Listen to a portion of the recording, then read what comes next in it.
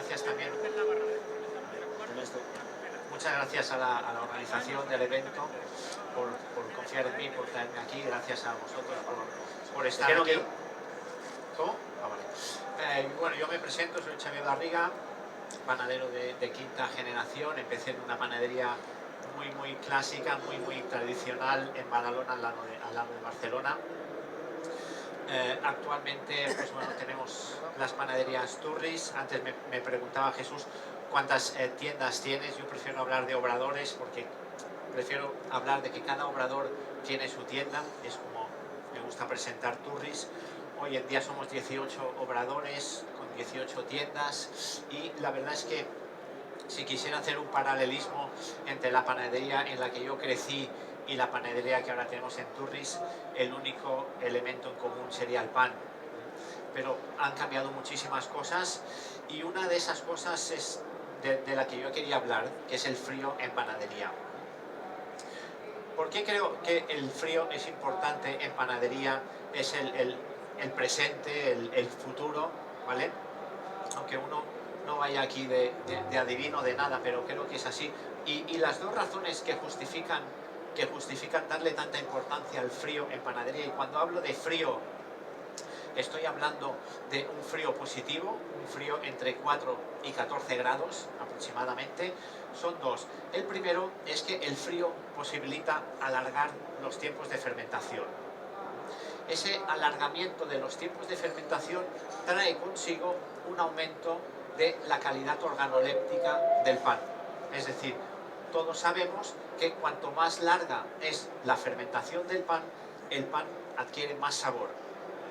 Más sabor, más aroma, más tiempo de conservación, todas esas características organolépticas que hacen que cuando el consumidor, vosotros, yo, cualquier consumidor, se pone el pan en la boca, diga, pues está bueno.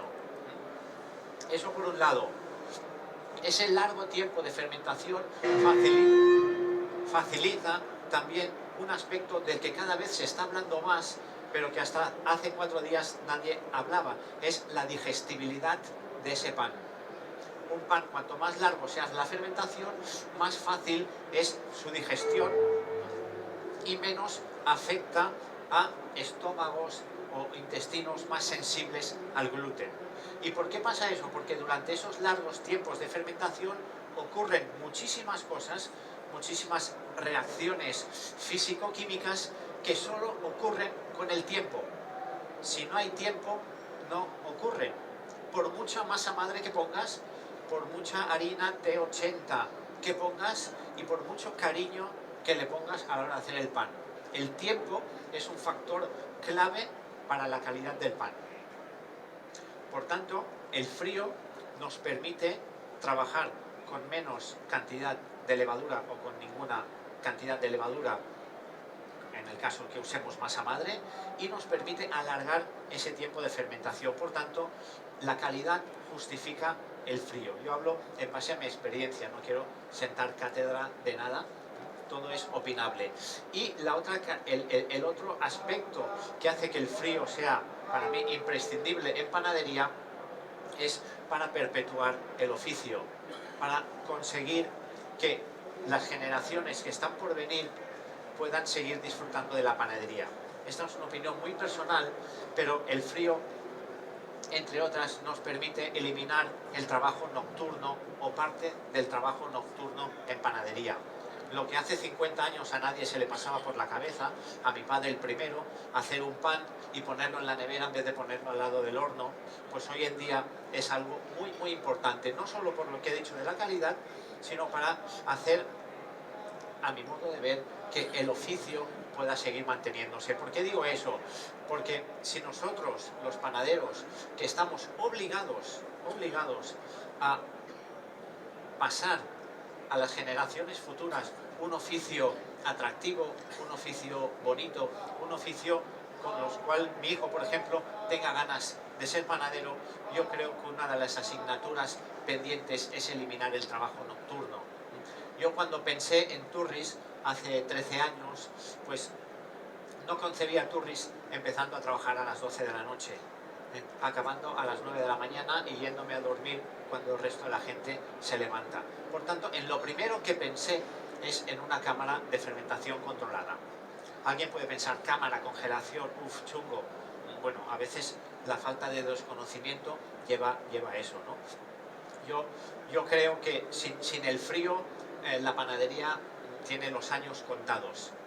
La panadería artesanal, la panadería del panadero que amasa, que mantiene su masa madre viva, que da reposos, que forma el pan.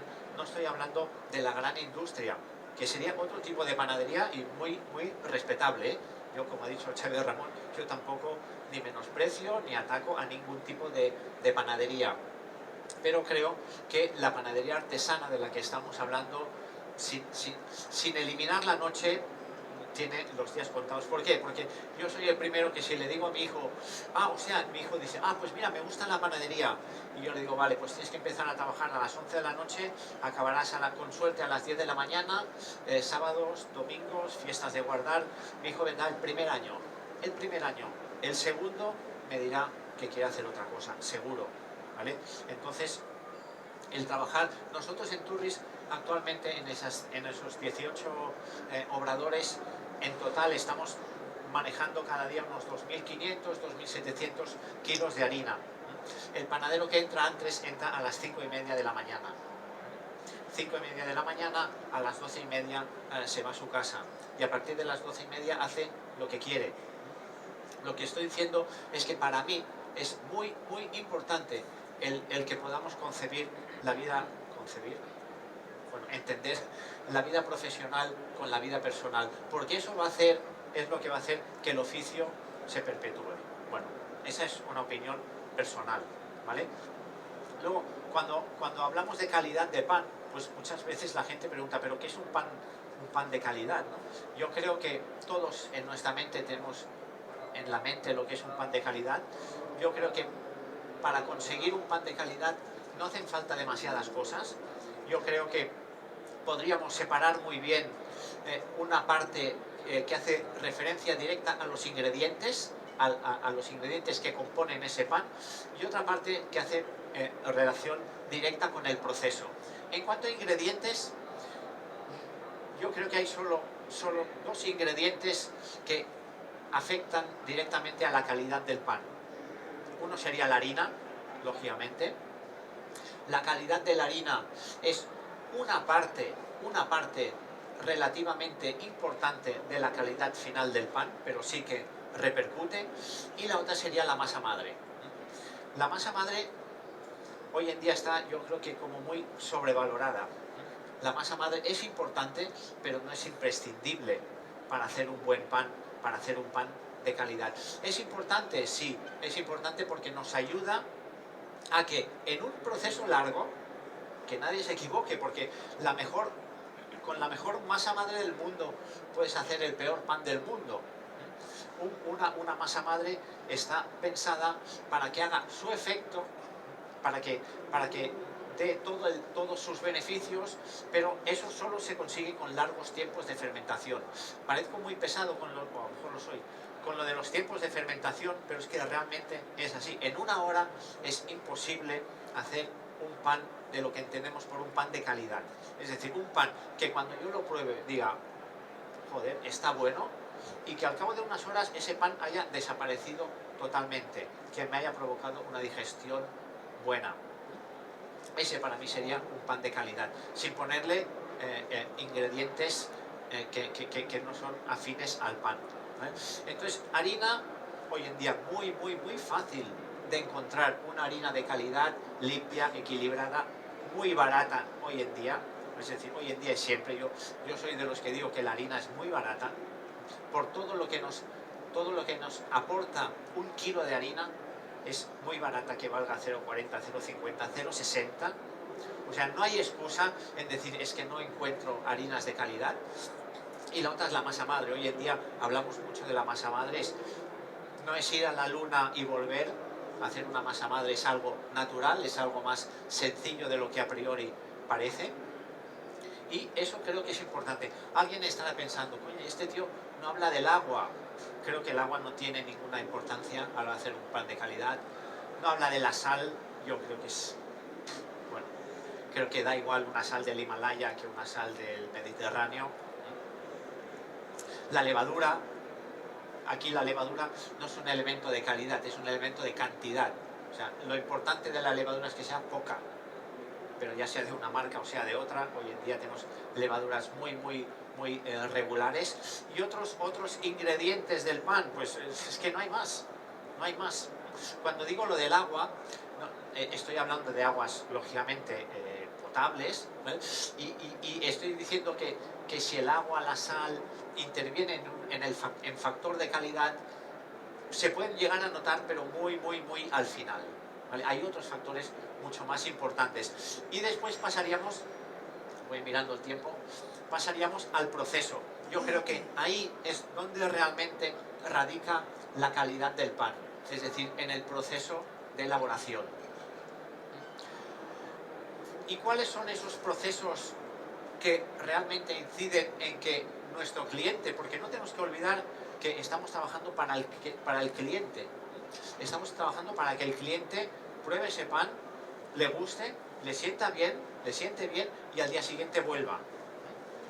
Pues cuando hablamos de los procesos, yo hablaría un poco del amasado como una parte relativamente importante para la calidad del pan, pero hablaría sobre todo, como he dicho antes, de la fermentación. Y la fermentación la podemos dividir en dos tipos de fermentación muy claramente diferenciados. Uno es el reposo en bloque, que es la fermentación que va desde que paro la amasadora hasta que empiezo a dividir el pan. Y otro tipo de fermentación sería la fermentación en pieza, que es la fermentación que va desde que tengo el pan formado hasta que lo meto dentro del horno. Eso yo creo que es la parte más importante del sabor del pan, del sabor y de otros aspectos, ¿vale? En la fermentación en bloque es donde se generan la mayor parte de los ácidos orgánicos responsables del sabor del pan. ¿Por qué? Porque cuanta más masa hay junta, esas levaduras, ya sean levaduras propias naturales de la masa madre, ya sean levaduras de la levadura de panadería, trabajan mucho más a gusto y trabajan mucho más enérgicamente, por decirlo de alguna manera. En Turris hacemos un proceso un poco peculiar a la hora de hacer el pan. Peculiar en el sentido en que damos mucho valor a esas dos fermentaciones. Hoy amasamos, de hoy a mañana las masas están reposando en bloque entre 4 y 6 grados. Al día siguiente dividimos, formamos y dejamos fermentar a 14 grados hasta el día siguiente en que es horneado, que toca hornear. Es decir, hoy amasamos, mañana formamos y pasado mañana horneamos. Los fines de semana, como los domingos, pues nos gusta descansar, no solo a mí, sino a todo el equipo que formamos Turris, es decir, unas 210 personas actualmente. Nos gusta a todos descansar los domingos, pues los domingos cerramos. Entonces, los días más complicados para nosotros son el lunes y el martes. El lunes es un pan amasado el viernes, formado el sábado y que horneamos el lunes.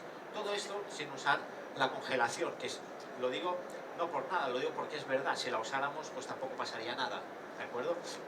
El día más complicado sin duda es el martes, ¿vale? Porque es el día en que hemos amasado el sábado. De sábado a lunes las masas reposan en bloque a una temperatura ligeramente inferior. El sábado, el lunes se forman y el martes se hornean. Entonces, ese largo proceso de fermentación nos permite trabajar prácticamente en todos nuestros panes sin levadura, solo con masa madre natural y con unas temperaturas de frío no excesivamente altas, no excesivamente bajas, con lo cual el coste energético de ese proceso es menor.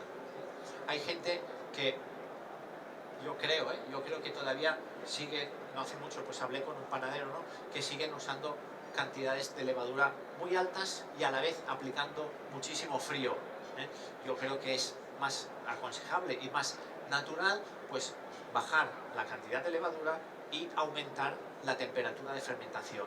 ¿Por qué? Porque hay ciertas temperaturas, perdón, ciertas reacciones que solo se generan a ciertas temperaturas, ¿vale? Por tanto, creo que es importante. Después, la cocción, el horneado del pan, el corte es importante para el sabor del pan, para la digestibilidad del pan. Pues no tanto, es importante para el aspecto, lógicamente, porque no podemos olvidar el aspecto. Lo primero que hacemos cuando vamos a comprar es decir, ponme ese pan, ¿vale? ¿Por qué? Porque nos entra por la vista, sí que es importante. El horneado es importante, es relativamente importante. Nosotros horneamos todos nuestros panes en hornos de suela. ¿Por qué? Porque las altas hidrataciones que usamos, el tipo de pan que queremos ofrecer, pues entiendo yo que desde el primer día entiendo que va muy asociado a hornos a cocciones en suela. Para mí es importante, pero no tanto como lo pueden ser otros aspectos, ¿vale? Y eso, a ver que no me deje nada, y eso es importante. El hecho de poder hacer una fermentación en pieza tan largo, a una temperatura tan baja, nos posibilita un aspecto que para mí es muy importante, que es que nos permite que a 14 grados, después de estar las masas fermentando sin levadura o prácticamente sin levadura, que aquí hay muchos aspectos que unos suman, otros restan, pero el hecho de acabar fermentando a 14 grados nos es muy fácil poner esas masas a 4 grados y conservarlas para ir horneándolas durante todo el día. Y eso es muy importante porque por muy bien que hagas el pan, por muy bueno que hagas el pan, la gente prefiere, lógicamente, el pan recién horneado, el pan cuantas menos horas de horneado, sobre todo para ciertos panes, pues como podría ser una barra o pieza pequeña. Por tanto, aprovechamos esa técnica del frío para frenar ese pan e ir horneando durante todo el día en los obradores.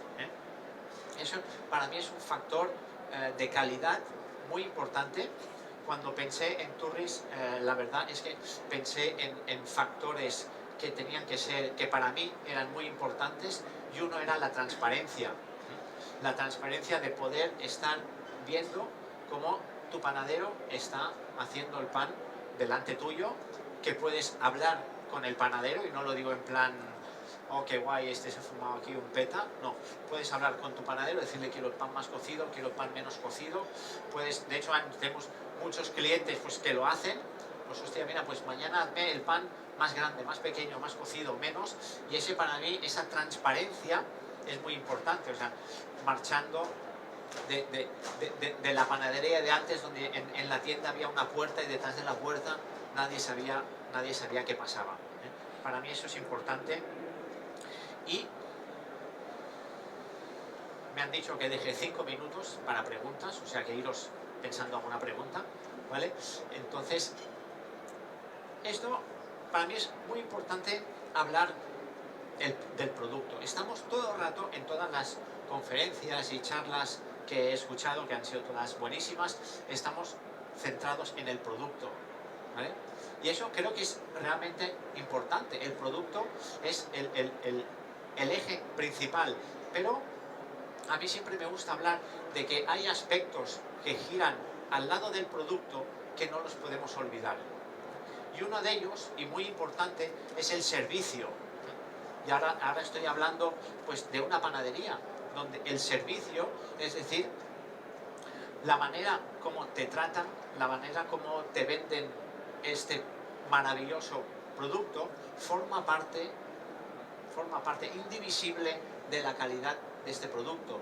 Estoy hablando de esa sonrisa, estoy hablando de esos buenos días, de esas buenas tardes, estoy hablando de poder hablar con la persona que te está vendiendo el producto, y para mí eso es muy importante. A mí muchas veces clientes pues nos felicitan por el servicio, más que por el pan.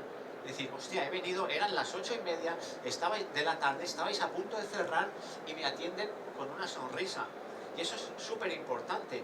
Yo siempre pongo el mismo ejemplo. Imagínate el mejor pan del mundo y yo te lo vendo así mientras estoy whatsappeando o mientras estoy hablando con otra persona, ¿no? Pues para mí eso es muy importante. La ubicación de los obradores, la ubicación de los locales es muy importante. La gestión económica de todo el negocio es muy importante. Yo he crecido en una panadería donde si abrías el cajón y había dinero, iba bien. Si abrías el cajón y no había dinero, pues no iba tan bien. Y creo que es muy importante tener en cuenta que alrededor del pan, alrededor del producto, que se nos supone que es maravilloso, que nos supone que es muy bueno, que es muy rico, hay una serie de factores que hoy en día estamos obligados a no perderlos de vista ni por un momento. Los recursos humanos, es decir, contar con un equipo de personas, ya sea en los obradores, ya sea en las tiendas, ya sea en las oficinas, con un equipo de personas que está motivado, que está entregado, que trabajan a gusto, que se sienten cuidados, eso para mí es clave. Yo ahora estoy en Madrid, estoy a 600 kilómetros de los 18 obradores en los que ahora mismo a las 4 de la tarde se está formando pan para hornearlo mañana, se está horneando pan para venderlo esta tarde y se está vendiendo pan.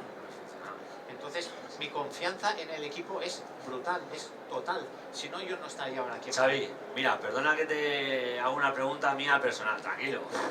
Perdona que no te quiero interrumpir, pero a mí lo que me llama la atención, como sé lo complicado que es, y estás hablando del servicio y todo eso, 18 puntos de venta, 18 tiendas con obrador propio.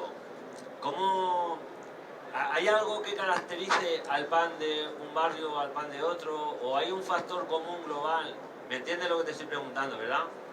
¿Cómo lo gestionáis eso así a nivel de labor, de obrador? En nuestro caso no hacemos absolutamente ninguna distinción si la tienda está en la Illa Diagonal o si la tienda está en Poblenou. Es decir, barrios distintos a nivel socioeconómico. No hacemos ninguna distinción ni en cuanto a pan, ni en cuanto a precios, lógicamente, ni en cuanto a presentación, ni en cuanto a servicio, nada. No sé si era esa la... Sí, la claro, porque la siempre pregunta. tienes pues, a un buen equipo, a un gran equipo, ¿no? Y más o menos el sistema...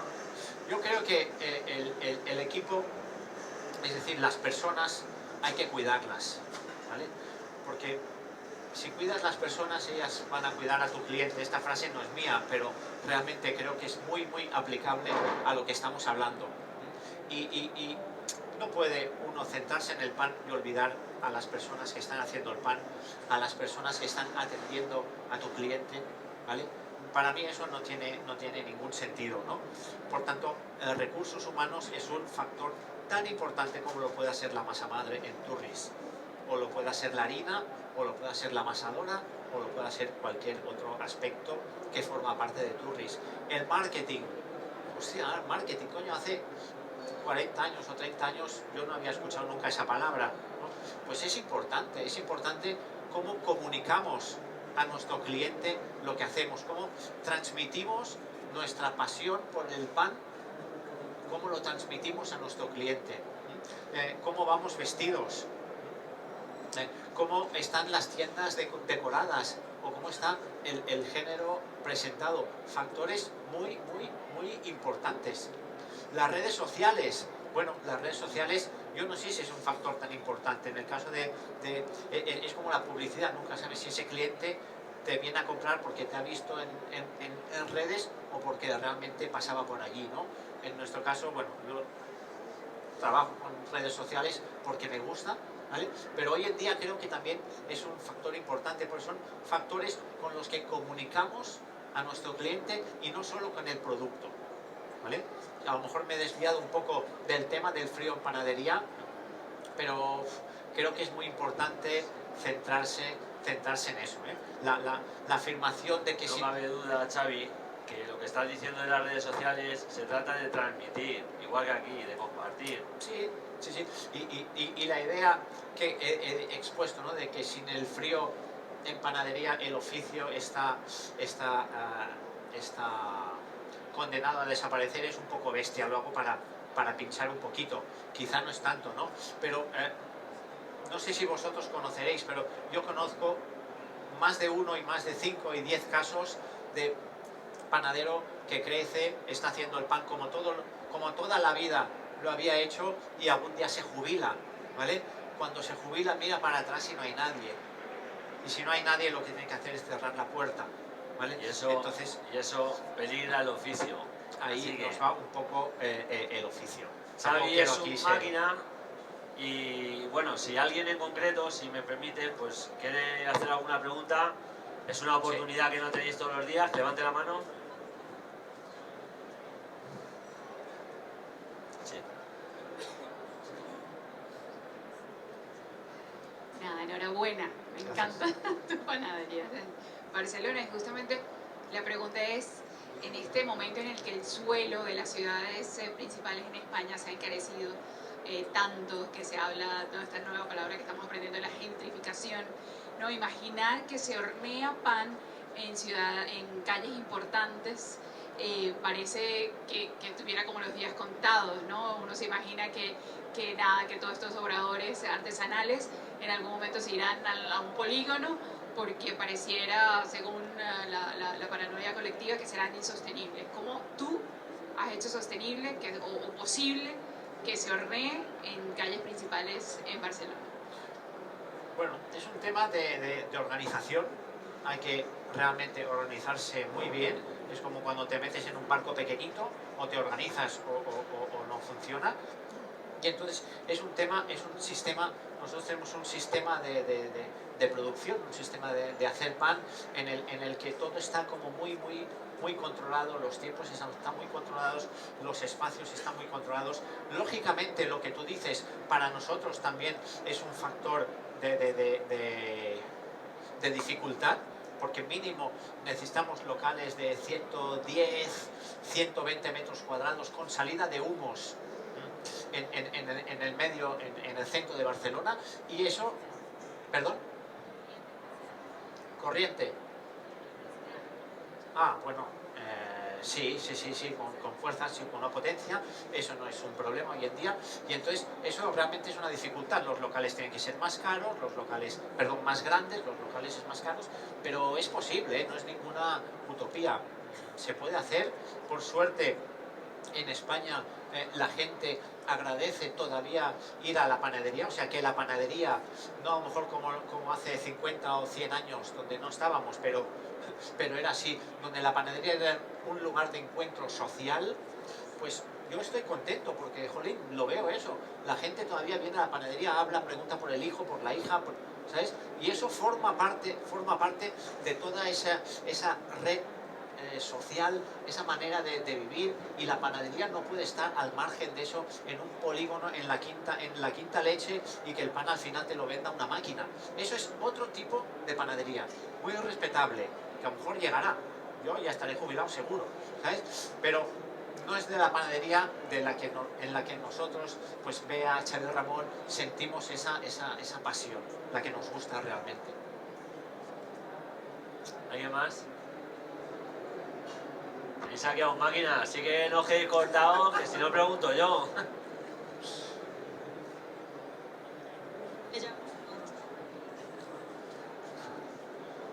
Mi pregunta es, digamos, la segunda fermentación que de cada...